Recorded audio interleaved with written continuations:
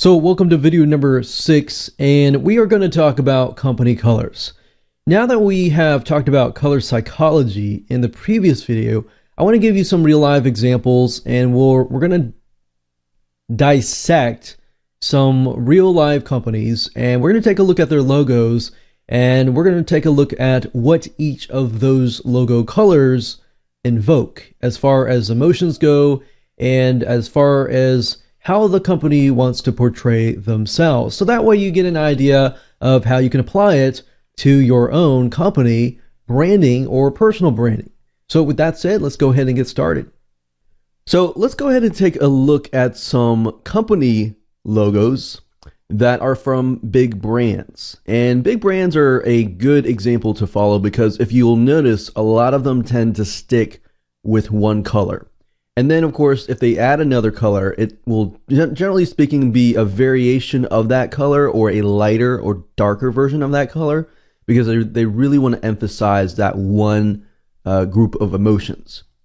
Now, you will notice that some companies like Google and eBay, they'll have all sorts of colors. It's a little bit harder to do that because you have so many different colors, but you can pull it off. Another thing to think about is if your company is a global company. If it's a global company, you're going to have to think of the different cultures, which makes it a little bit more difficult, but that's just something to think about.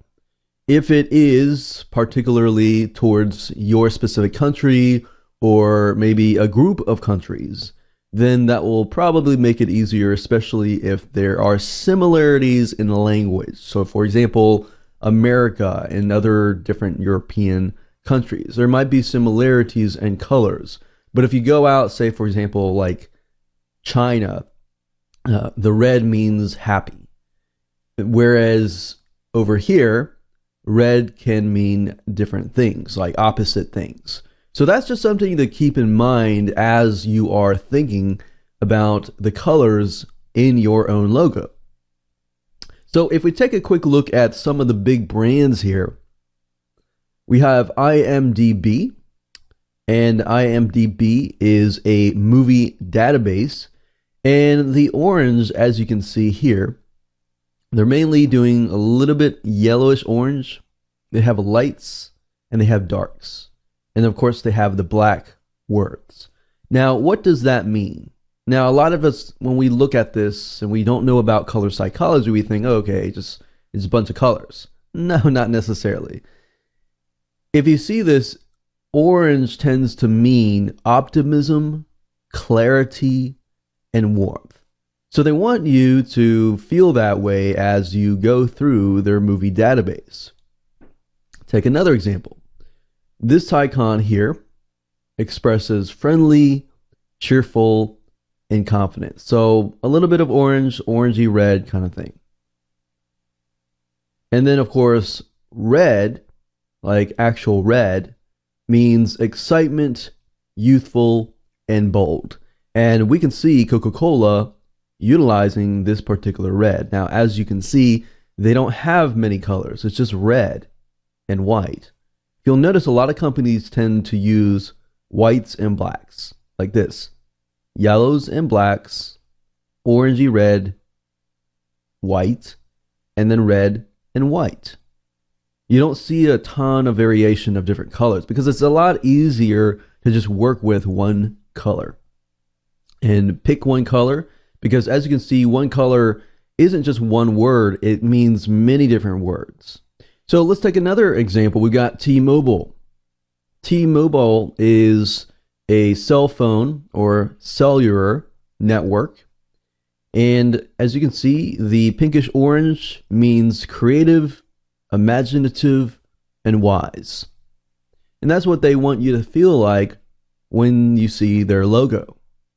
Creative, imaginative, innovative, wise. Blues, we got Facebook. Blues tend to be more of a calming feeling, and we can see that we have trust, dependable, and strength. You'll notice that a lot of companies tend to use blue, and there's a big reason for that. And that reason is because they want you to feel calm and trustworthy. of their brand. Now, as you can see, like Facebook, it's just a blue background with white words. You notice that? Solid background with white words, or solid background with black words. So when you start to get fancy with your colors, just keep that in mind. You don't really have to go expand and add all these different colors. You can add just one and have white, or one with black, or just one or a variation of two. But you probably don't want to add too many colors, as you can see here. And we have Spotify. Spotify has a green background, which green tends to point to peaceful, growth, or health.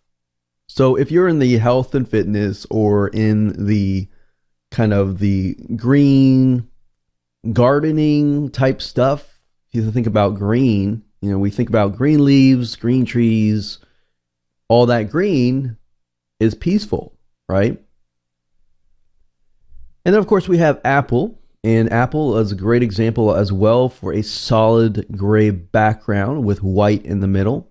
So as you can see, it's not super fancy, but it's solid in the background, white in the middle, and then you have balance, neutral, and calm. I don't know how many of you have iPhones or any other products from Mac, maybe a MacBook Pro, but a lot of times you'll notice even their products tend to be kind of that grayish color, right? So for example, like the MacBook Pro is gray in some versions of it, many versions of it. And it just brings that calm, neutral, balanced feeling. A lot of times you receive an iPhone and you buy one, if you notice that they'll include these little Apple stickers in there. And generally speaking, their box that they make, it just feels calm, right? And then, of course, we have diversity. We have Windows 7 or even Windows 8 now, Google, eBay, and NBC. So all of these different colors expresses diversity. And that's what Google wants people to look at. They want to be known as a global international company.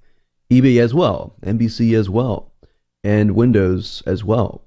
Now, with that in mind, though, like I said, having different colors can be a little bit more difficult because you are dealing with so many different colors.